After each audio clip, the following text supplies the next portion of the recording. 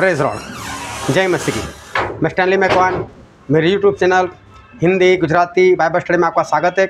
मेरे चैनल को आज अभी इसी वक्त आप सब्सक्राइब कर लीजिए और परमेश्वर के ज्ञान में आप लगातार बढ़ते जाओ।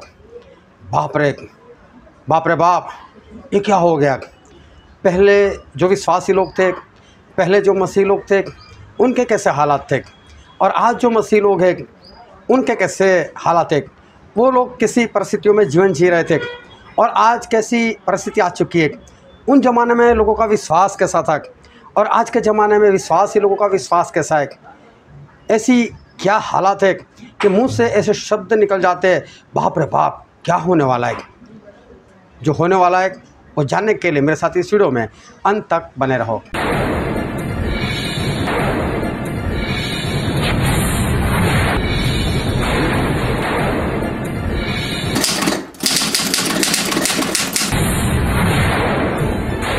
आओ परमेश्वर का एक वचन पढ़ते। यूहन्ना रचित सुसमाचार उसका पहला अध्याय और पहले वचन से लेकर 18 वचन तक। आदि में वचन था और वचन परमेश्वर के साथ था और वचन परमेश्वर था। यही आदि में परमेश्वर के साथ था। सब कुछ उसी के द्वारा उत्पन्न हुआ और जो कुछ उत्पन्न हुआ है उसमें से कोई भी वस्तु उसके बिना उत्पन्न नहीं हुई। उसमें जीवन था और वह जीवन मनुष्यों की ज्योति था। ज्योति अंधकार में चमकती है और अंधकार ने उसे ग्रहण न किया। एक मनुष्य परमेश्वर की ओर से आ उपस्थित हुआ जिसका नाम यूहन्ना था। वह गवाही देने आया कि ज्योति की गवाही दे ताकि सब उसके द्वारा विश्वास लाए। वह ज्योति न था परंतु उस ज्योति की गवाही देने के लिए आया था। सच्ची ज्योति वो है जो संसार में आकर सभी मनुष्यों को प्रकाश देती है। वह जगत में था और जगत उसके द्वारा उत्पन्न हुआ और जगत ने उसे नहीं पहचाना। वह अपने घर आया और उसके अपनों ने उसे ग्रहण नहीं किया, परंतु जितनों ने उसे ग्रहण किया उसने उन्हें परमेश्वर की संतान होने का अधिकार दिया, अर्थात उन्हें जो उसके नाम पर विश्वास रखते हैं। वे न तो लहू से, न शरीर की इच्छा से, न मनुष्य की इच्छा से, परंतु परमेश्वर से उत्पन्न हुए हैं। और वचन देहधारी हुआ और अनुग्रह और सच्चाई से परिपूर्ण होकर हमारे बीच में डेरा किया, और हमने उसकी ऐसी महिमा देखी जैसी पिता के एक लौते की महिमा। यूहन्ना ने उसके विषय में गवाही दी और पुकार कर कहा, यह वही है जिसका मैंने वर्णन किया कि जो मेरे बाद आ रहा है वह मुझसे बढ़कर है, क्योंकि वह मुझसे पहले था। क्योंकि उसकी परिपूर्णता में से हम सब ने प्राप्त किया, अर्थात अनुग्रह पर अनुग्रह। इसीलिए कि व्यवस्था तो मूसा के द्वारा दी गई, परंतु अनुग्रह और सच्चाई यीशु मसीह के द्वारा पहुंची। परमेश्वर को किसी ने कभी नहीं देखा। एक लौता पुत्र जो पिता की गोद में है, उसी ने उसे प्रकट किया। परमेश्वर पिता का वचन हमारे बहुत ही आशीषित है और परमेश्वर पिता का वचन सच्चा है। और बाइबल में लिखा है, यदि तू सच्चाई को जानेगा तो सच्चाई तुझे आज़ाद करेगी। बहुत ध्यान से परमेश्वर के वचन को सुनना, समझना, ग्रहण करना, उसके अनुसार चलना, ताकि परमेश्वर के राज के आप वारिस बन सको। पौलुस वो अपने पुराने जीवन में मंडली को, कलीसिया को सताने वाले थे और बाइबल तो उनके पास तब भी था, बाइबल के जानकार भी थे, लेकिन बाइबल की सही शिक्षा न होने के कारण और उस ज़माने के जो जाने माने गमलीएल नाम के जो टीचर थे उनके पास रहकर वो सीखे थे, लेकिन जो भी सीखा था वो सारा कुछ उल्टा था और इस कारण वो प्रभु यीशु को मसीह नहीं मानते थे और प्रभु यीशु के पीछे नहीं चलते थे। लेकिन इतने जोश में थे कि यीशु वो कोई झूठे है और इसलिए यीशु भी नहीं चाहिए और यीशु को मानने वाले भी नहीं चाहिए। और इसलिए पौलुस ने उस ज़माने में जो मंडली के लोग थे, जो विश्वासी लोग थे, उनको बहुत परेशान किया। और जो स्तेफन जो सबसे पहले शहीद हुए, वो स्तेफन उनका क्लासमेट था। बाइबल में नहीं लिखा, लेकिन कुछ बाइबल की स्टडी करने वाले ऐसा कहते हैं कि वो दोनों साथ में पढ़े थे।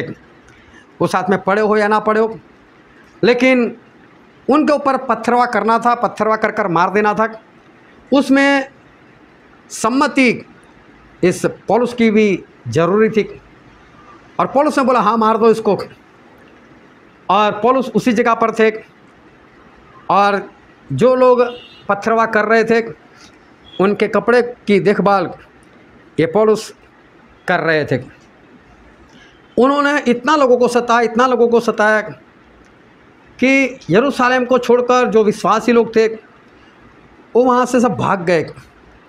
जो प्रेरित लोग थे वो सिर्फ रुके, बाकी सारे लोग वहाँ से भाग गए थे। इतनी सतावट ये पौलुस के जरिए हो रही थी। वो प्रभु यीशु को नहीं मानते थे, लेकिन एक दिन अचानक से वो विश्वासी बन गए और परमेश्वर के पीछे चलने वाले बन गए। कारण क्या था कि वो दमस्कस जा रहे थे और दमस्कस में उनके सुनने में आया था कि यहाँ पर भी बहुत सारे विश्वासी लोग हैं, प्रभु यीशु को मानने वाले लोग हैं, इनको किसी तरह से मैं मारूँ, ख़त्म कर दूँ, उनको भी जेल में डाल दूँ। उसी बात को लेकर वो अपने कुछ साथियों को लेकर अधिकार पत्र लेकर वो दमस्कस जा रहे थे। और जब दमस्कस पहुँच ही गए थे और तभी रास्ते में अचानक से ऐसा हुआ कि दोपहर थी, कड़ी धूप थी और सूरज की रोशनी पूर्ण रीति से तेज रोशनी इस धरती पर आ रही थी। तभी उससे भी तेज रोशनी, जो सूरज की रोशनी थी उससे भी एक तेज रोशनी उस पौलुस के ऊपर पड़ी और पौलुस गिर पड़े और उनकी आंखें बंद हो गई, अंधी हो गई, उनकी आंखों ने देखना बंद कर दिया और एक आवाज़ आई, हे शाऊल, हे शाऊल, तुम मुझे क्यों सताता है। और तब ये शाऊल के नाम से जाने जाते थे, दोनों नाम थे उनके। और शाऊल ने बोला कि प्रभु आप कौन, जिसको मैं परेशान कर रहा हूँ, जिसको मैं सता रहा हूँ। क्योंकि उनको तो ऐसा था मैं तो परमेश्वर की सेवा कर रहा हूँ, मैं तो जो लोग गलत रीति से चलते हैं उनको मैं मारता हूँ, उनको मैं जेल में डाल देता हूँ, उनको मैं तो परेशान करता हूँ, मैं तो जो करता हूँ सही कर रहा हूँ। तो फिर प्रभु ने आवाज़ दी कि शाऊल मैं यीशु हूँ जिसे तू सता रहा है। और जब ये बात पौलुस से सुनी कि ये तो यीशु है, अरे मैं क्या समझता था, मैं तो इसको झूठा समझता था, मैं तो झूठा भविष्यवक्ता मानता था इसको। ये तो सही में जिंदा है, ये तो सही में तीसरे दिन जिंदा हो गए, ये सच में मेरे मसीहा है। बोले कोई बात नहीं, डर मत, तू शहर में जा और तुझे क्या करना है और मैं तुझे आगे चलकर बताऊंगा। और शाऊल किसी के घर में रुके, लगातार 3 दिन 3 रात बिना खाए पिए अंधे थे, प्रार्थना करने लग गए और परमेश्वर से लगातार वो प्रार्थना करते रहे। और परमेश्वर ने तीसरे दिन अनान्या नामक एक अपने दास को उसके पास भेजा, उससे वहाँ पर जाकर शाऊल के लिए प्रार्थना की। उनके आँखों में से कुछ छिलके के समान गिर पड़ा, उनको दिखाई देने लग गया, उन्होंने बपतिस्मा लिया, पवित्र आत्मा पाए और तुरंत उन्होंने काम शुरू कर दिया। तुरंत उन्होंने परमेश्वर का प्रचार वो शुरू कर दिया। और जैसे ही उन्होंने परमेश्वर का प्रचार शुरू किया, लोग हैरान रह गए, अरे यार शाऊल, ये शाऊल यीशु को प्रकट कर रहा है। अरे ये तो ऐसे लोगों को मारता था, ऐसे लोगों को ख़त्म कर देता था, ऐसे लोगों को जेल में डाल देता था, और इसी कारण तो यहाँ पर आया हुआ है। क्या ये सही में सुधर चुका है? क्या सही में विश्वासी हो गया? लोग अचंभा करने लग गए। अचंभा करने का कारण ये था कि पहले वाला जीवन और अभी का जीवन दोनों में अंतर था। दोनों जीवन, उसमें आसमान ज़मीन का अंतर था। पहले वाले शाऊल वो भी नहीं रहे थे, लेकिन फिर भी जो विश्वासी लोग थे, ध्यान से समझना, उन लोगों ने शाऊल का विश्वास नहीं किया था। जो प्रेरित लोग थे, पतरस, यूहन्ना, उन लोगों ने भी शाऊल का विश्वास नहीं किया था। अरे हो सकता है इसकी चाल हो, बाइबल तो वैसे ही जानता है। हो सकता है इसी तरह से प्रचार करे और हम लोग खुश होकर उसके पास चले जाए, अरे क्या बात है शाऊल, तू हमारे जैसा हो गया, और कहीं हमको पकड़ ले, कहीं हमको जेल में डाल दे, कहीं हमको मार दे। तो उन लोगों ने उसके ऊपर विश्वास नहीं किया था। लेकिन एक बार लुस्त्रा नामक एक जगह पर पौलुस प्रचार कर रहे थे, और पौलुस प्रचार कर रहे थे तो वहाँ पर एक इंसान था जो जन्म से लंगड़ा था, और पौलुस ने उसको देखा और पौलुस को लगा कि ये इंसान विश्वास करता है कि प्रभु यीशु इसको चंगाई देंगे। उसके पास गए और बोला, चल प्रभु यीशु के नाम में उठ चल, और लंगड़ा चलने लग गया। अभी लोगों की आंखें खुली। अगर ये शाऊल की कोई चाल भी है तो चाल होती तो वचन तो दे सकता है, लेकिन यार लंगड़ा इससे नहीं चल सकता। यह कैसे हो गया? मैं सही में ये विश्वास ही बन गया। अभी कोई डाउट नहीं, चलो चमत्कार तो फिर भी हो जाते, लेकिन कुछ यहूदी लोग आए और पौलुस के ऊपर इतने पत्थर मारे कि ऐसा लगा कि पौलुस मर गया।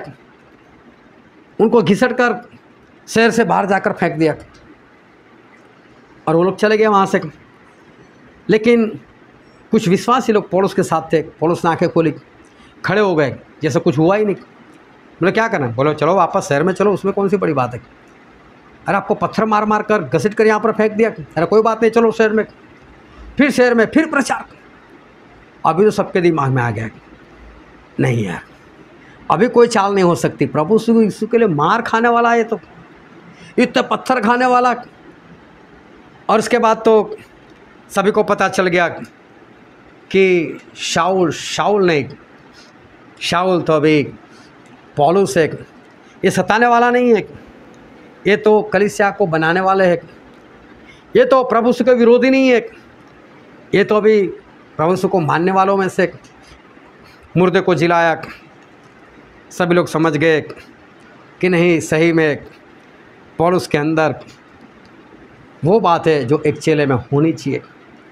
सभी लोगों ने पौलुस का अंगीकार किया, सभी लोग पौलुस के साथ रहने लग गए, और सभी लोग साथ में मिलने का मतलब है एक साथ रहना, ऐसा नहीं कोई इधर सुसमाचार के लिए जाता था, कोई उधर जाता था, कोई ये शहर में, कोई वो शहर में। हफ्ते के पहले दिन इकट्ठा हो जाते थे। इस तरह से इन लोगों ने काम करना शुरू कर दिया।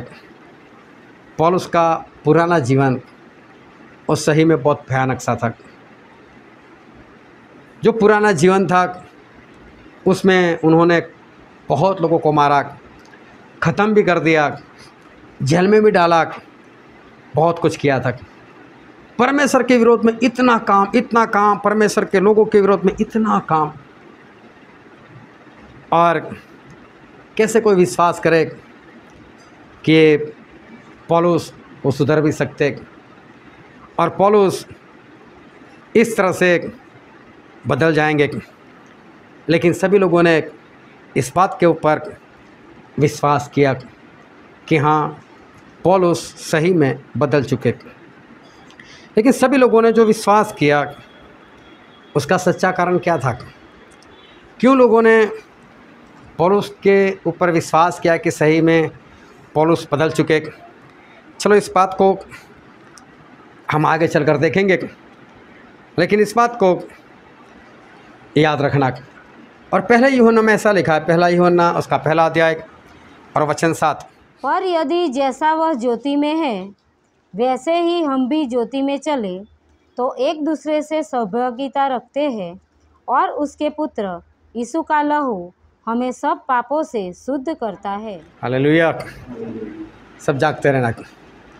जिस तरह से वो ज्योति में, मतलब परमेश्वर ज्योति में है, उसी तरह से अगर हम भी ज्योति में चले, जिस तरह से प्रभु ज्योति में है उसी तरह से हम ज्योति में चले, तो हम एक दूसरे से सहभागिता रखते हैं, और प्रभु यीशु का लहू हमें सारे पापों से शुद्ध करता है। जिस तरह से प्रभु यीशु ज्योति में है, हमारे परमेश्वर ज्योति में है, उस तरह से अगर हम ज्योति में चले तो ये ज्योति क्या है, ये प्रकाश क्या है। और भजन संहिता में ऐसा लिखा है, उसका 119 और वचन 105, तेरा वचन मेरे पाँव के लिए दीपक और मेरे मार्ग के लिए उजियाला है। परमेश्वर का वचन मेरे पाँव के लिए दीपक और मेरी राह के लिए उजियाला है। ये ज्योति कुछ और नहीं, लेकिन ज्योति वचन है। जिस तरह से परमेश्वर ज्योति में है, मतलब परमेश्वर वचन में है, उसी तरह से अगर हम ज्योति में चले, मतलब वचन में चले, तो हमें एक दूसरे से सहभागिता है। अगर हम ज्योति में चले, ज्योति में चलना, ज्योति मतलब वचन, ज्योति में चलना मतलब वचन में चलना। और वचन में अगर हम चलते हैं तो लोगों को वो ज्योति, वो प्रकाश, वो दिखाई देता है। जब कोई बड़ा इंसान जब स्टेज के ऊपर परफॉर्मेंस करता है और जब स्टेज के ऊपर उसकी एंट्री होती है, तो मालूम है वो जो पूरा ऑडिटोरियम होता है, वहाँ पर वो लोग क्या करते, सारी लाइटें बंद कर देते और फिर जिस रास्ते से वो जो भी परफॉर्मेंस करने वाला जिसका बहुत नाम है, वो जब आता है, सिर्फ एक लाइट उसके ऊपर पड़ती है, ऐसे गुलाई में सिर्फ उसके ऊपर पड़ेगी। और जैसे चलते चलते जाएगा, लाइट उसके साथ साथ चलेगी। और जब वो स्टेज पर आएगा, सभी को अपना हाथ पर बताएगा, तब जाकर वो लोग सारी लाइटें चालू कर देते हैं। इस तरह से एक फोकस किसी एक के ऊपर बताने के लिए सिर्फ ये इंसान, और इस तरह से वो लोग करते। ये जो रोशनी, ये जो ज्योति हमको दिखाई देती है किसी के ऊपर, चाहे तो संसार की ज्योति की मैंने बात की, लेकिन परमेश्वर बोलते जिस तरह से परमेश्वर ज्योति में है, उसी तरह से अगर हम ज्योति में चले तो ज्योति क्या है, परमेश्वर का वचन है। तो ज्योति में चलना मतलब वचन में चलना, और वचन में चलना मतलब क्या, अगर हम वचन में चलते, इसका मतलब क्या, वचन में चलना मतलब कोई ज्ञान की बात नहीं कि लोग हमारे लिए बात करो, इसको तो यार बहुत कुछ आता है, कोई भी वचन इसको पूछो वो बाइबल से बता देगा, तुरंत मत्ती में लिखा है, लुका में लिखा है, भजन संहिता में लिखा है, और सब कुछ मुँह ज़बान है। परमेश्वर उसकी बात नहीं कर रहे। कितना वचन किसको आता है। ज्योति में चलते हैं तो ज्योति दिखाई देती है। जब ज्योति में इंसान चलता है तो ज्योति दिखाई देती है। तो ज्योति मतलब परमेश्वर का वचन। तो जब इंसान उस वचन में चलता है तो लोगों को वचन दिखाई देता है। तो वचन मतलब मुँह ज़बान जो बोलते हैं वो नहीं, उस वचन की आज्ञाकारी लोगों को दिखती है। इंसान जो वचन को मानता है, वचन में जो आज्ञा है उस आज्ञा को मानता है, वो लोगों को दिखाई देता है। और वचन की आज्ञा मानना वो कैसे दिखाई देती है, थोड़ा भारी है लेकिन अच्छे से समझोगे तो समझ आ जाएगा। जब इंसान वचन में चलता है तो ज्योति और वचन दिखाई देता है। लेकिन वचन में चलना मतलब क्या, वो आज्ञाकारी है। और आज्ञाकारी कैसे दिखाई देती है, वो हमारे चरित्र से दिखाई देती है। हालेलुया, वो चरित्र से दिखाई देती है। अगर विनोद भाई आराधना कर रहे और आराधना करते करते उनको ऐसा हुआ कि चलो मैं लोगों को बोलता हूँ कि अपना हाथ उठाओ, तो उन्होंने बोला चलो सभी लोग हाथ उठाओ, और तब एक आज्ञाकारी दिखाई देती है। कब, जब किसी के हाथ उठते हैं तो। लेकिन जिससे हाथ नहीं उठाया तो क्या मानेंगे हम लोग, इसने आज्ञा नहीं मानी। तो देखो जो चरित्र जो दिखा, हमको हाथ उठाना जो दिखा, हमारे चरित्र से हमने जो काम किया वो दिखा, उससे आज्ञाकारी पता चलती है। इंसान जब परमेश्वर की आज्ञा मानता है तो उसके चरित्र से पता चलता है कि यह आज्ञा मान रहा है या आज्ञा नहीं मान रहा। यहूदा इस्करियोती चमत्कार कर सकते थे, भूत प्रेत को निकाल सकते थे, और उनके पास परमेश्वर का ज्ञान भी काफ़ी था। वो बहुत कुछ जानता था। उनको ये भी मालूम था कि गरीब लोगों की सेवा करनी चाहिए, विधवा लोगों की सहायता करनी चाहिए, ये सब कुछ उनको मालूम था। वचन तो वो जानते थे, लेकिन वो कौन थे? चोर थे। और करते क्या थे? चोरी करते थे। आखिर में उन्होंने क्या किया? खुदकुशी कर ली। ये सारी बातें लोगों को दिखाई दी ना, चोरी दिखाई दी, उन्होंने जो खुदकुशी की वो दिखाई दिया। वचन तो था ना उसमें, चमत्कार तो था ना उनके पास, लेकिन लोगों को दिखा क्या? वचन दिखा, लोगों को उनका चरित्र दिखा। और चरित्र में वचन था, आज्ञाकारी थी? नहीं, वो तो चोरी करते थे। उन्होंने तो खुदकुशी की, तो वहाँ पर ज्योति नहीं दिखाई दी। इसको ज्योति नहीं बोल सकते, तो अंधकार की बात है। एक भाई साहब, वो भी बहुत दावा करते थे परमेश्वर में चलने का। बहुत लोग उनके पास जाते थे, उनसे सुनते थे, वचन भी अच्छा देते थे, काफ़ी ज्ञान था, लेकिन खुदकुशी कर कर उन्होंने जान दे दी। चरित्र यही है। वो चरित्र से पता चलता है कि इनके अंदर ज्योति है, मतलब वचन की आज्ञाकारी है, या तो अंधकार है। तो अगर इंसान परमेश्वर की आज्ञा जब मानता है, आज्ञाकारी करता है, तो बोलने से नहीं, उसके चरित्र से पता चल जाता है कि यह आज्ञाकार है। हालेलुया। और एक वचन पढ़ते हैं मत्ती रचित सुसमाचार, उसका 5वां अध्याय और वचन 16। इसी प्रकार तुम्हारा उजियाला मनुष्यों के सामने चमके, कि वे तुम्हारे भले कामों को देखकर तुम्हारे पिता की जो स्वर्ग में है बड़ाई करें। क्या लिखा है यहाँ पर? कि तुम्हारे भले कामों को देखकर लोग परमेश्वर की स्तुति करें, प्रशंसा करें, उनकी बड़ाई करें। देखो क्या देखकर? भले काम, चरित्र को देखकर। वह आज्ञाकारी चरित्र में दिखाई देती है। अगर इंसान आज्ञा मानता है तो उसका चरित्र जो है वो चरित्र बता देगा। एक बार फिर से पढ़े 16 वचन। उसी प्रकार तुम्हारा उजियाला मनुष्यों के सामने चमके, कि वे तुम्हारे भले कामों को देखकर तुम्हारे पिता की जो स्वर्ग में है बड़ाई करे। तुम्हारा प्रकाश चमके। फिर क्या लिखा है? भले कामों को देखकर। तो प्रकाश किससे दिखाई देता है? भले कामों से, आज्ञाकारी से, चरित्र से पता चलता है कि इसके अंदर आज्ञाकारी है। पिछले दिनों में हम लोगों ने एक बाइबल स्टडी की थी, और बाइबल स्टडी की थी पति और पत्नी को लेकर। और जितने भी कपल वहाँ पर हाजिर हुए थे उन्होंने तो लाइव सब कुछ सुना, और जो लोग नहीं आए थे उन लोगों ने बाद में हो सकता है ग्रुप में मैसेज देख लिया हो, तो उसमें मैंने बताया था, और मैंने बहुत स्पष्ट बोला था कि अगर जो पति है वो मुझे ये बता दे कि उसकी पत्नी आदर्श है या नहीं है, और पत्नी है तो वो मुझे ये बता दे कि उसका पति आदर्श है या नहीं, चुगली के लिए नहीं, निंदा करने के लिए नहीं। लेकिन अगर कोई पत्नी मुझे बताएगी कि मेरा पति आदर्श नहीं लगता मुझे, उसमें इतनी बात नहीं है, कमी है, और अगर पुरुष बताएगा कि मेरी पत्नी आदर्श पत्नी नहीं है, उसमें ये इतनी इतनी गलती है, तो मेरा इरादा था उस पति को मिलने का, उस पत्नी को मिलने का, दोनों को साथ में बिठाकर मैं उनको बताने वाला था कि देखो आप दोनों में जो भी गलती उसको सुधार लो और आदर्श पति बन जाओ और आदर्श पत्नी बन जाओ। लेकिन मालूम है एक भी कपल ने मुझे उत्तर नहीं दिया। मालूम है क्यों? तेरी भी चुप, मेरी भी चुप। मालूम था मैं बताऊंगा तो वो भी बताएगी मेरी, लेकिन मेरा इरादा तो अच्छा था कि चाहे दोनों बताए तो मैं उनको बताऊं कि नहीं, किस तरह से हमको जीवन जीना है। गलती पता चलेगी तो हम सीखेंगे किस गलती को सुधारना कैसे।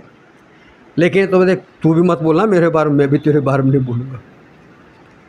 और अगर ग्रुप में मुझे लगता है किसी पत्नी ने लिख दिया होता ना मेरा पति ऐसा है, तो पक्का उसके बाद उसका पति लिखने ही वाला था, लेकिन ऐसा नहीं हुआ। अनुभव पिछले दिन में हुआ भी। कि पति आदर्श नहीं है तो पत्नी भी आदर्श नहीं है, चाहे कोई बताए ना बताए। चरित्र आपका जो है उससे पता चल जाता है।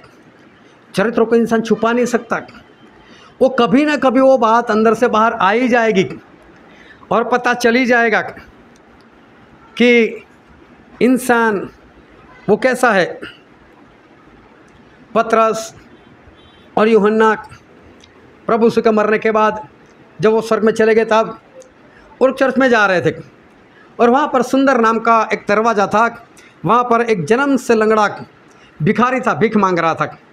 दोनों वहाँ से निकले, नए नए थे, अभी नई नई सेवा शुरू की थी उन लोगों ने प्रभु यीशु के बिना, और वहाँ से गुजरे होंगे और अचानक से स्टॉप हो गए। मुझे नहीं मालूम लोगों ने कैसी बातें की कैसी नहीं, सिर्फ मेरा अंदाज़ा है। पतरस और यूहन्ना ने आपस में बात की गई, यार यूहन्ना अभी यीशु होते और लंगड़ा होता तो क्या करते? यार तेरी बात सही है, अगर यीशु होते तो अभी उसको उठा देते। बोले अब यीशु तो है नहीं। बोले हम भी तो चेले, हमें भी तो अधिकार दिया, लेकिन हो गया नहीं हो गया, क्या करें? अरे यीशु के चेले बोला तो सही, चेले बनाओ, बीमार को चंगा करो, बुलाते हमको, आज्ञा तो दिए, देखते चले, देखते करते। और उसके सामने देखने लग गए। ये सारे उनके सामने देखकर बातें करें, उसको ऐसा है आपस में बात कर रहे होंगे, ज़्यादा माल देते इसको। ये बोले सोना चांदी नहीं है, लेकिन हमारे पास जो होता है देता हूँ। बोले प्रभु यीशु के नाम में उठ चल। और मालूम है बाइबल में पढ़ना, उन लोगों ने हाथ उसका पकड़ा, उसको उठाया, कहीं नहीं उठा तो पहली बार था ना, हाथ पकड़ कर उठाया और वो तो नाचने लग गया। अब इनका भी विश्वास बढ़ गया होगा। उसके बाद मुझे नहीं मालूम किसी लंगड़े का हाथ पकड़ा होगा, लेकिन इस बार पकड़ा, नया नया था ना, बढ़ना है धीरे धीरे, बड़े ये लोग। अभी क्या हुआ, चर्च का वक्त था, सभी लोग आ रहे थे चर्च में और उनके सामने ये घटना हुई। उनके सामने घटना हो तो अफरा तफरी मच गई, यार जन्म से लंगड़ा, ये जन्म से लंगड़ा। याजक लोगों को बता, यार क्या करते हो? वो दोनों देखो यार कितना बड़ा चमत्कार किया, वो लंगड़े को उठा दिया। अरे भिखारी था, अभी देखो भिखारी मतलब गंदे कपड़े होंगे, और भागकर चर्च में चला गया और वहाँ जाकर नाचने लगा, कौन है कौन है? वो वहाँ पर नाचने लग गया। वे क्या कर रहा है तू आज? अरे बोले मुझे चंगाई मिली। किसने दी? पतरस और यूहन्ना। वे पकड़ कर लेकर आओ, हम नहीं कर सकते, ये लोग करते। और देखा वे तुम लोगों ने चंगा किया, वे अनपढ़, ये गवार लोगों ने काम किया। अरे तो यीशु के साथ में थे, ये तो मछुआरे है, बदबू आती थी इन लोगों में से, वे लोगों ने ये काम किया, इन लोगों से चमत्कार। हालेलुया। ज्योति ऐसे प्रकाशती है, प्रकाश ऐसे निकलता है। हालेलुया। दोनों को पकड़ लिया और धमकी दिए कि आज के बाद यीशु का नाम लिया तो अब से यीशु का नाम नहीं लेना है। इन लोगों ने देखा ये लोग अनपढ़ है, गंवार है, लंगड़े को चलाते, बढ़िया प्रचार करते, यार इनसे से कैसा होता है? और प्रेरितों के काम में लिखा है इसका 4 अध्याय और वचन 13। जब उन्होंने पतरस और यूहन्ना का साहस देखा और यह जाना कि ये अनपढ़ और साधारण मनुष्य है तो आश्चर्य किया, फिर उनको पहचाना कि ये यीशु के साथ रहे हैं। हाँ, इनको भी पता चला, याद आया, यार ये तो अनपढ़ लोग, ये तो गंवार लोग, ये मछुआरे लोग, यार इनसे ये काम हुआ। ज्योति दिखने लगी। कैसे? चरित्र से। जो काम ये लोग करते हैं, जो चरित्र इनका दिखाई देता है, उससे पता चलता है कि इनके अंदर वो परमेश्वर वाला प्रकाश है। कैसे इन लोगों को पता चला? इनके चरित्र से इनको पता चला। फिर आगे पढ़ते उसका 19 वचन। परंतु पतरस और यूहन्ना ने उनको उत्तर दिया, तुम ही न्याय करो, क्या यह परमेश्वर के निकट भला है कि हम परमेश्वर की बात से बढ़कर तुम्हारी बात माने? हाँ, अभी आप ही बताओ। बोले ये लोग बोलते हैं कि यीशु का नाम मत लेना, तो बोले चलो आप ही बताओ आपकी माने या परमेश्वर की माने। अरे इनके पास ऐसा ज्ञान कहाँ से, ये लोग हमारा मुंह कैसे बंद कर देते। वो लोग भी यही सिखाते थे, परमेश्वर पहले, इनको ही बोल दिया आप ही बताओ चलो किसकी माने, परमेश्वर की माने या आपकी माने। वो लोग भी यही सिखाते थे, मानना पड़ेगा परमेश्वर की मानो। इनका ही मुंह बंद हो गया। इनके पास ये वचन कहाँ से आया, ये ज्योति इनके अंदर से कैसे दिख रही है। उनके चरित्र से, उनके बोलने से पता चलता है कि इनके अंदर प्रकाश है। इनके चरित्र से पता चल जाता है। मालूम है पौलुस क्या कहते हैं, एक वचन पढ़ते हैं 2 कुरिन्थी उसका 4 अध्याय और वचन 7। परमेश्वर हमारे पास वह धन मिट्टी के बर्तनों में रखा है कि यह असीम सामर्थ्य हमारी ओर से नहीं वरन परमेश्वर ही की ओर से ठहरे। पौलुस बोलते हैं कि ये जो खजाना, ये जो धन, मतलब ये परमेश्वर का वचन जो आज हम पुकार रहे, ये जो चमत्कार हम कर रहे, ये जो पवित्र आत्मा की बातें, वो हमारे अंदर कैसे है मालूम है, ये मिट्टी का बर्तन है। ऐसा बोलते हैं, अपने आप को बोलते हैं मिट्टी का बर्तन। और सभी लोग पौलुस को जानते थे, ये तो सताने वाला, ये तो मारने वाला, ये तो गुंडा, सभी को मालूम था। और वो इंसान अभी ये काम कर रहा है, तो कैसे पता चला? चरित्र से। बोले मिट्टी, उसके अंदर ये खजाना भरा हुआ है। और मिट्टी का बर्तन, आप कितना भी बढ़िया लो ना, टूटेगा तो जरूर। और इसलिए हम इंसान टूटते ही है। आप चाहे कोई भी हो, कितने पैसे वाले हो, आप एक बार नहीं कई बार टूटे होंगे। आप कई बार दुखी हो चुके होंगे, कई बार निराश हो चुके होंगे। हम इंसान वो टूटते ही है। लेकिन जब पवित्र आत्मा हमारे अंदर आते हैं, परमेश्वर का वचन हमारे अंदर आ जाता है और हम उससे चलने लग जाते हैं, फिर हम निराश नहीं होते, फिर हम दुखी नहीं होते, फिर हम आनंद से रहते। तो लोग देखते हैं, अरे वही अभी दुखी नहीं होता है, अब इसको बुरा नहीं लगता, अब इसको क्रोध नहीं आता, अब किसी की निंदा नहीं करता, क्योंकि वो टूटे फूटे बर्तन से वो प्रकाश बाहर आता है। हालेलुया। लोहे का घड़ा बनाओ और उसके अंदर दिया जलाओ, बाहर रोशनी आएगी। लेकिन टूटा फूटा घड़ा हो तो पता चलता है ना कि हाँ, इसके अंदर ज्योति है। हम टूटे फूटे थे, हमारा पूरा जीवन वो मिट्टी के समान टूटे फूटे बर्तन की तरह था। मैं पहले फिल्में देखता था, लड़ाई झगड़ा भी करता था, नशे वाली चीज़ें भी खा लेता था, आवारा घूमता भी था, आवारा बैठा भी रहता था, गाली गलौज भी करता था। लेकिन जब परमेश्वर में आए, परमेश्वर का आत्मा के बारे में पता चला, वचन के बारे में पता चला, ये सारी बातें ये बंद हो गई। जब बंद हुई, चलो यार फिल्म देखने, यार मैं फिल्म नहीं देखता, मुझे नहीं आना। चला लड़ाई झगड़ा हुआ, मुझे नहीं आना। क्रोध दिलाते, क्रोध नहीं आता, गाली बुलवाते, गाली नहीं आती। तब लोगों को पता चलता है कि यार ये रोशनी कहाँ से आई। चरित्र से पता चलता है ये ज्योति कहाँ से आती, ये प्रकाश, ये ज्योति मतलब परमेश्वर का वचन है। क्या जो दूसरे लोग हैं, जिन लोगों ने बाइबल नहीं पढ़ा, क्या उनको बाइबल का वचन मालूम है? उनको नहीं वचन मालूम, उनको नहीं पता चलता है। वो तो हमारा चरित्र देखते हैं और चरित्र से उनको पता चलता है ये इंसान पहले ऐसा था और अभी ऐसा चल रहा है। उनको हमारे चरित्र से रोशनी दिखाई देती। वो बाइबल लेकर नहीं देखता कि चलो इनके बाइबल में क्या लिखा है, उसके अनुसार कैसा जीवन जीता है। उनको सिर्फ हमारे चरित्र से वो पता चल जाता है।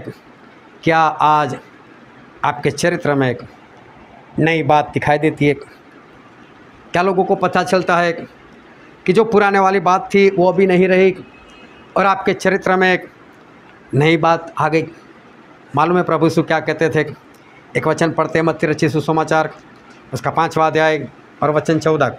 तुम जगत की ज्योति हो, जो नगर पहाड़ पर बसा हुआ है वह छिप नहीं सकता। यहाँ पर लिखा है तुम जगत की ज्योति हो।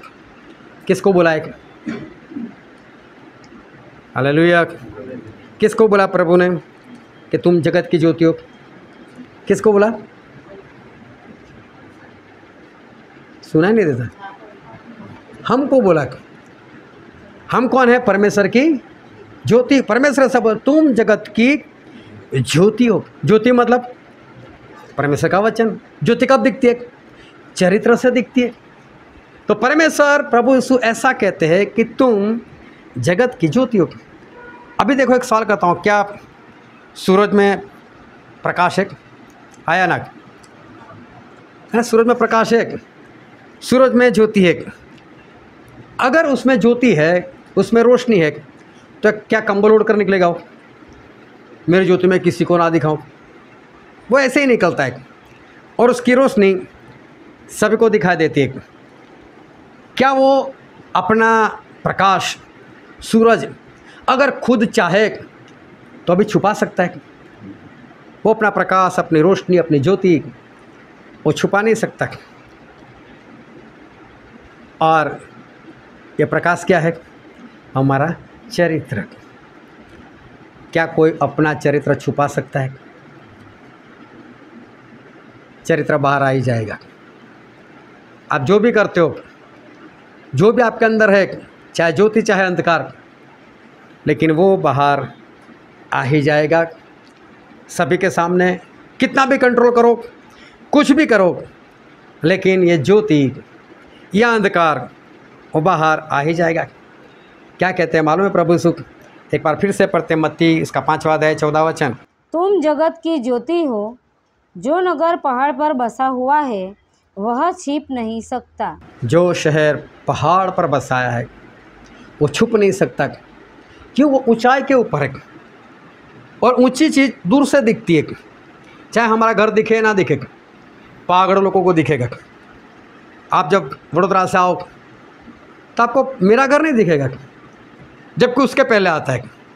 लेकिन पावागढ़ बहुत दूर तो अभी से दिखाई देता है। ऊंची चीज़ पहले दिखाई देती है। पहाड़ पर बसाया हुआ शहर, प्रभु से बोलते हैं, छुप नहीं सकता। मालूम है किसकी बात कर रहे हैं? उसके पहले क्या लिखा है? 14 वचन फिर से पढ़ो। तुम जगत की ज्योति हो। हाँ, पहले ये लिखा है, तुम जगत की ज्योति हो। फिर अभी प्रभु यीशु कोई पहाड़ पर बसाए हुए शहर की बात नहीं कर रहे, उस ज्योति की बात कर रहे। वो पहाड़ पर बसाए हुए शहर के समान है। हमारा चरित्र पहाड़ पर बसाया हुआ एक शहर के समान है। आप अपने चरित्र को छुपा नहीं सकते। कितना भी लोगों से छुपाने का प्रयत्न करो, यार मैं झूठ बोलता हूँ, पता नहीं चलाऊंगा किसको, चल ही जाएगा। मैं क्रोध नहीं करता, किसी को बताना नहीं चाहता मैं क्रोध करता हूँ, हो ही जाएगा। मैं गाली नहीं बोलता, हो ही जाएगी सब कुछ बातें। एक ना एक दिन तो आपका चरित्र जो सामने आ ही जाएगा। परमेश्वर बोलते आप अपने चरित्र को छुपा नहीं सकते।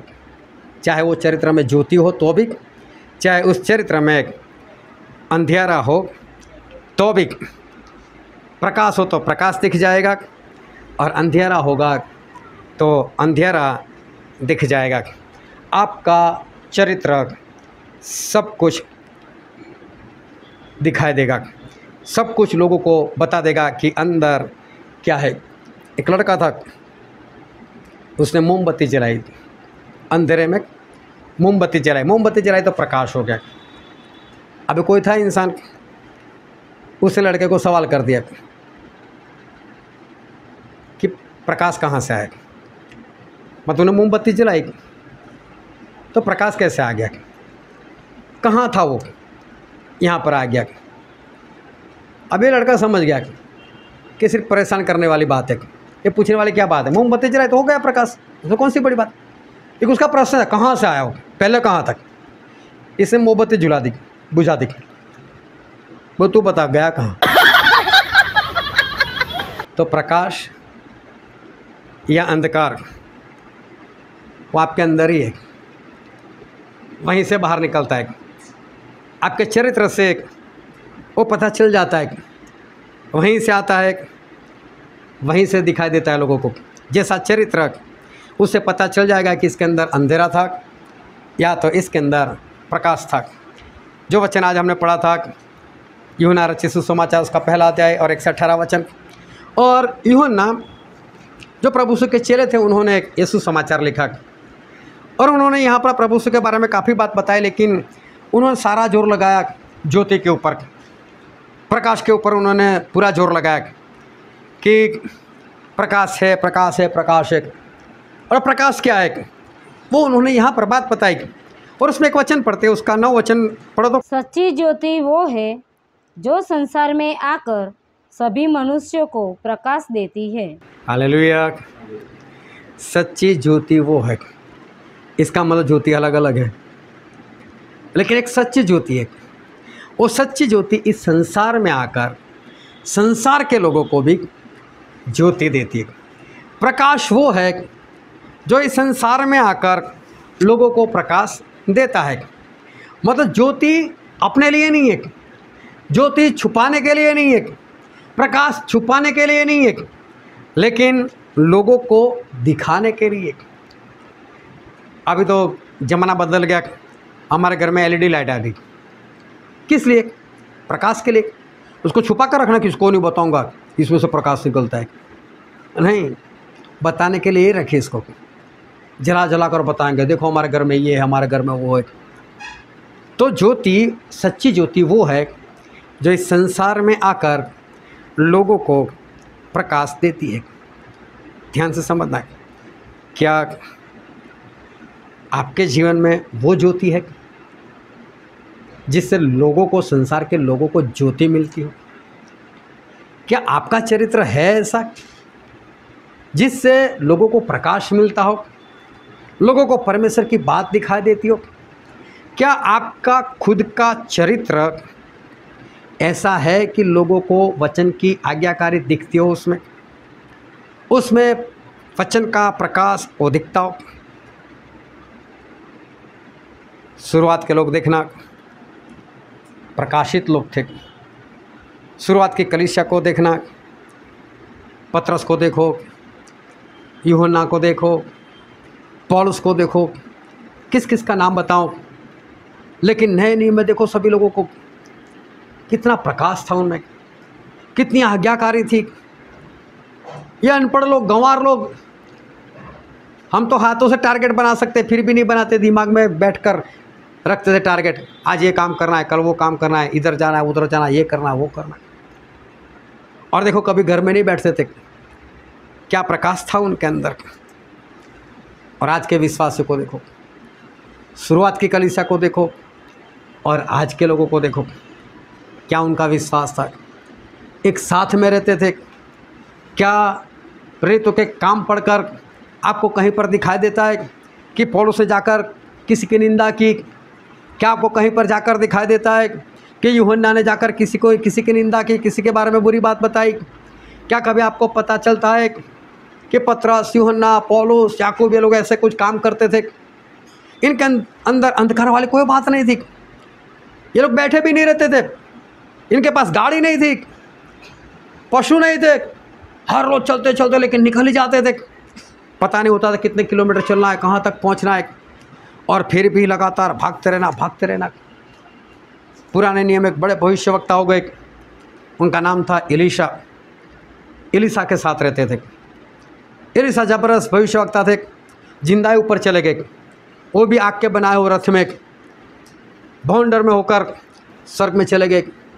और ये दोनों साथ में जा रहे थे, एलिया और एलीशा। और एलिया ने बोला कि एलीशा तुझे क्या चाहिए? बोले तेरे अंदर जो डबल दे दे मुझे। वो डबल मैं कैसे दूँ? लेकिन फिर भी तू अगर मुझे देखकर ऊपर जाते हो देखकर जिंदा बच गया तो परमेश्वर देंगे, चल। और मालूम है अग्नि घोड़ा अग्नि रथ उन दोनों के बीच में घुस गया, और एलिया अंदर और ये सब बाहर। इतनी आग अगर आए इंसान झुलस कर मर जाए, लेकिन एलीशा को कुछ नहीं हुआ, जिंदा बच गए। इतनी आग को जो झेल सकता है वो भविष्यवक्ता कैसे होंगे? और मालूम है एलीशा के अंदर से एक आवाज़ आई, और हम बाइबल में पढ़ते हैं 2 राजा 2 अध्याय 12 वचन। और उसे एलीशा देखता और पुकारता रहा, बाप रे बाप, बाप रे बाप, हाय इज़राइल के रथ और सवारों। जब वह उसको फिर देख न पड़ा, तब उसने अपने वस्त्र फाड़े और फाड़कर 2 भाग कर दिए। हालेलुया। जब ये परमेश्वर की ओर से जो आग से बने हुए घोड़े और रथ आए, इन दोनों को जुदा किया और एलिया उसमें बैठकर चले गए। और मालूम है एलीशा के अंदर था, ए बाप रे बाप, बाप रे बाप, परमेश्वर की सेना, इस्राएल के घोड़े, इस्राएल के रथ। अंदर से बाप रे बाप, कैसे लोग हैं, भयानक लोग। क्या परमेश्वर की सेना, क्या परमेश्वर के रथ, क्या इस्राएल के रथ, क्या इस्राएल के घोड़े। और दुगुना सामर्थ प्राप्त कर वापस आए। ये भी बूढ़े हो गए और एलीशा के मरने के दिन आ गए। उस वक्त योआश नाम का एक राजा था और वो एक बार एलीशा के पास आए थे। आए इसलिए थे कि लड़ाई करने जाना था और अंदर डर था, जीतूंगा या हार जाऊंगा, बहुत डर था उसके अंदर। और एलीशा के पास आए और एलीशा ने उसको देखा और तब एलीशा के अंदर से फिर से आवाज़ निकली। और एक वचन पढ़ते हैं, दूसरा राजा 13 अध्याय और वचन 14। एलीशा को वह रोग लग गया जिससे वह मरने पर था। तब इज़राइल का राजा योआश उसके पास गया और उसके ऊपर रोकर कहने लगा, बाप रे बाप, बाप रे बाप, हाय इज़राइल के रथ और सवारों। एलीशा ने उससे कहा, धनुष और तीर ले आ। हालेलुया। अभी देखो एलीशा एक बार फिर से बोल रहे, बाप रे बाप, बाप रे बाप। अभी वो वाली बात नहीं, बाप रे बाप, बाप रे बाप, हाँ इस्राएल के घोड़े, इस्राएल के रथ। अब ऐसा कमज़ोर राजा है जो डरता है, और बाप रे बाप, बाप रे बाप, ये इस्राएल के घोड़े, इस्राएल की सेना, इस्राएल के रथ, ऐसे इतने कमज़ोर। अगर आज एलीशा को बुलाओ तो आज भी एलीशा यही बात रोक कर बताएंगे, बाप रे बाप, ये विश्वासी। अरे कहाँ 2000 साल पहले के विश्वासी, बाप रे बाप, क्या विश्वासी थे वो लोग, क्या भागते थे वो लोग, क्या काम करते थे वो लोग, क्या चमत्कार करते थे वो लोग, बाप रे बाप। ये ओ प्रभु, क्या करें इन लोगों का, रोने लग जाएगा। कहाँ से कहाँ परिस्थिति आ गई, कहाँ शुरुआत के विश्वासी और आज पढ़े लिखे विश्वासी, कितना फ़र्क हो गया। कैसा है आज लोगों के जीवन, कैसे बरसों से पत्नी पति को मान नहीं दे रही, बरसों से पत्नी का कहा हुआ नहीं कर रही, बरसों से जो अधीनता होनी चाहिए वो अधीनता नहीं है। बरसों से पति का भी यही हाल है, अपनी पत्नी को सम्मान नहीं दे रहा, उसके लिए प्रार्थना नहीं कर रहा, उसको आगे बढ़ाने के लिए कुछ नहीं कर रहा। बरसों से आज के विश्वासी सेवक का कहा हुआ नहीं कर रहे, बरसों से सेवक सिखाता है लेकिन आज के विश्वासी मान नहीं रहे। बरसों से विश्वासी जो ऊँट के समान है, सभी जगह से टेढ़े, लेकिन फिर भी दूसरों को ही देखते रहते, उसमें ये है, उसमें वो है, ये ऐसा है, वैसा है। अब तू तो सर से लेकर पाँव तक टेढ़ा है, तू अपने आप को सीधा करना, दूसरे को क्या देखता है। लेकिन बरसों से जहाँ पर थे वहीं पर आज भी है। क्या बोलेंगे एलीशा ऐसे लोगों को देखकर, ये कैसे विश्वासी लोग हैं। क्या आपके जीवन से वो प्रकाश निकलता है, क्या आपके जीवन से वो ज्योति निकल रही है, क्या आपके चरित्र से वो आज्ञाकारी लोगों को दिखाई देती है। सच्ची ज्योति वो है जो इस संसार में आकर संसार को ज्योति देती है। क्या आज आपके अंदर वो ज्योति है, वो आज्ञाकारी है जो इस संसार को दिखाई देती है और संसार देखकर खुश होता हो कि हाँ ये कितना अच्छा विश्वासी है। क्या आज आप इस संसार को, चलो संसार की बात छोड़ो, क्या अपने परिवार को भी क्या ज्योति देने वाले हो आप? क्या आपके परिवार को, आपकी पत्नी को, आपके पति को भी दिखा देती कि हाँ इसमें आज्ञाकारी है? क्या आपके बच्चों को आप में दिखा देती हो आज्ञाकारी? आज आपके जीवन में क्या है?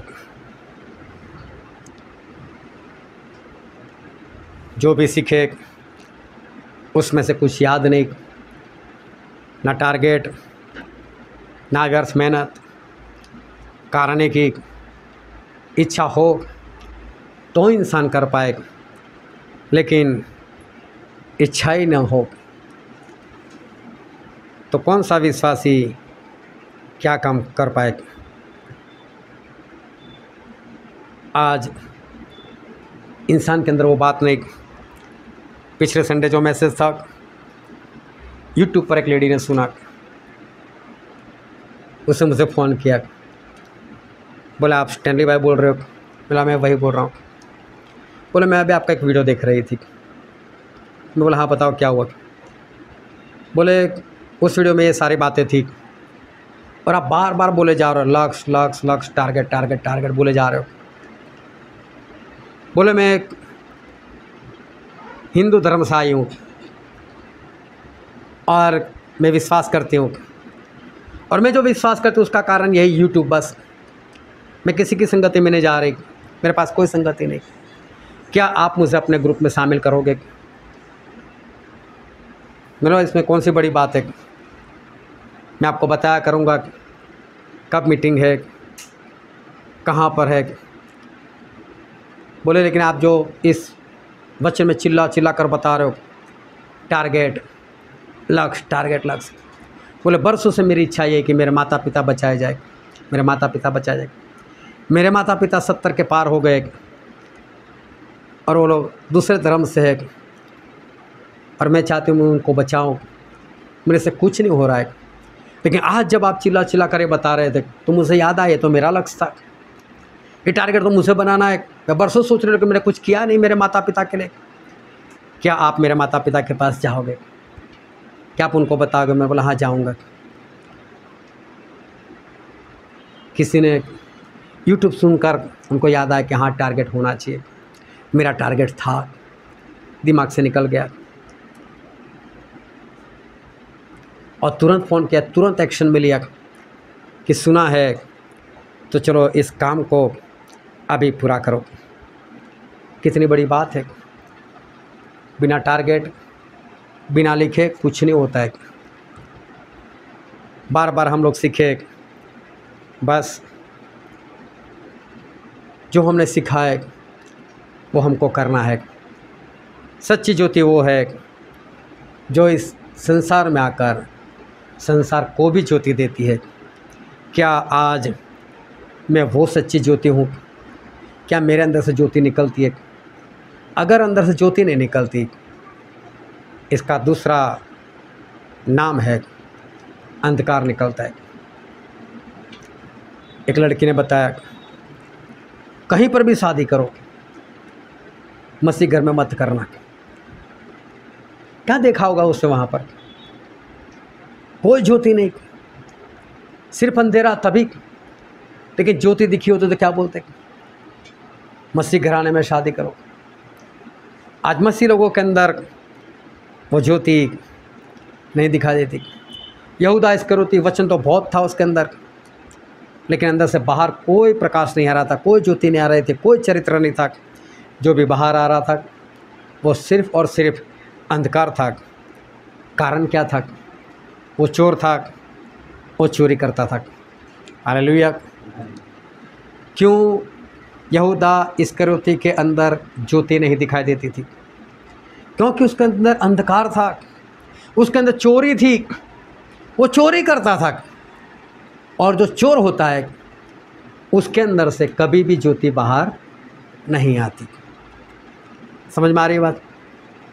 जो चोर है उसके अंदर से कभी भी ज्योति, परमेश्वर की आज्ञाकारी प्रकाश वो बाहर नहीं आता। वो परमेश्वर के दिए हुए वक्त 2 घंटे 24 मिनट की चोरी कर लेता है। वो लूट लेता है और ऐसे काम करने वाले उनके जीवन से कभी ज्योति बाहर नहीं आएगी। चोर है इसलिए उसके जीवन में ज्योति भी नहीं है। और एक आखिरी वचन हम पढ़ते हैं याकूब की पत्री उसका पहला अध्याय और वचन 22। परंतु वचन पर चलने वाले बनो, और केवल सुनने वाले ही नहीं जो अपने आप को धोखा देते हैं। कितना स्पष्ट लिखा है, वचन पर चलने वाले बनो। ज्योति क्या है?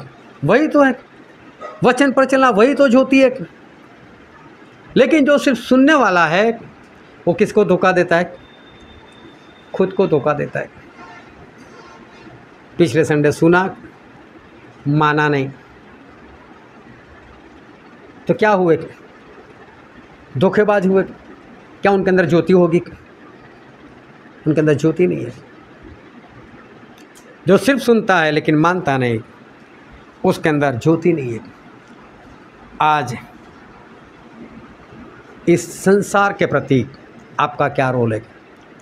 प्रभु से ने बोला तुम इस संसार की ज्योति हो, और सच्ची ज्योति वो है जो इस संसार में आकर संसार को ज्योति देती है। हमारा रोल है कि अगर हमारे पास ज्योति है, वचन की आज्ञाकारी है, वचन है, तो वो प्रकाश हमें लोगों को बताना है। क्या आज मैं सच्ची ज्योति हूँ? क्या मेरे जरिए मेरे परिवार में, मेरी मंडली में, मेरे लोगों में क्या वो प्रकाश जाता है? क्या मेरे अंदर से वो ज्योति बाहर निकलती है? ज्योति मतलब वचन की आज्ञाकारी जो चरित्र से दिखती है। प्रभु से ही बोलते सच्ची ज्योति वो है। हो सकता है ज्योति बहुत है, लेकिन सच्ची ज्योति तो सिर्फ वही है जो इस संसार को भी ज्योति देती है। अगर हम ऐसे नहीं है तो समझ लो ज्योति नहीं है। हालेलुया। हम सभी अपने आँखों को बंद करें, अपने मस्तकों को प्रभु से आगे झुकाए, अपने आप की परीक्षा करें। प्रभु ने आज कहा है कि मैं सच्ची ज्योति हूँ।